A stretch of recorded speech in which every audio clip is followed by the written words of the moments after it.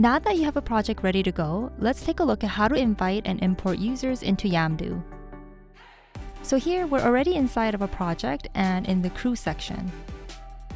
Right under the crew list, we'll have several different options to choose from. But we're going to go and select Invite User.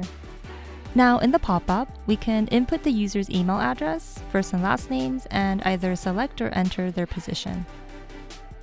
And based on the position, the system will automatically dictate their access rights for us, so we can see what this particular position will have access to in this project.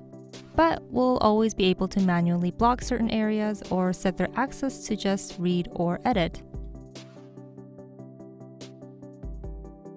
Once ready, we can invite the user and they'll receive their invite in an email.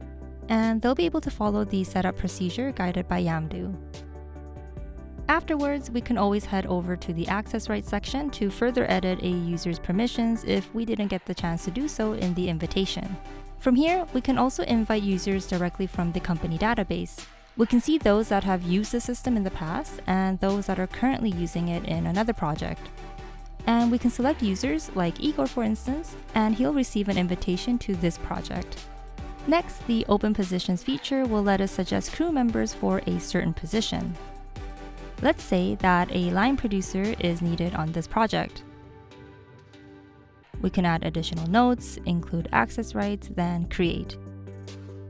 Now we can see that there's an open position for a line producer that needs to be filled for this project.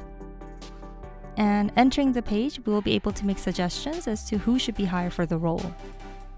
So we can suggest external contacts if we wish and enter their contact information, or we can import a contact file from outside of Yamdu and hit create. Then of course, we can further add tasks or any comments.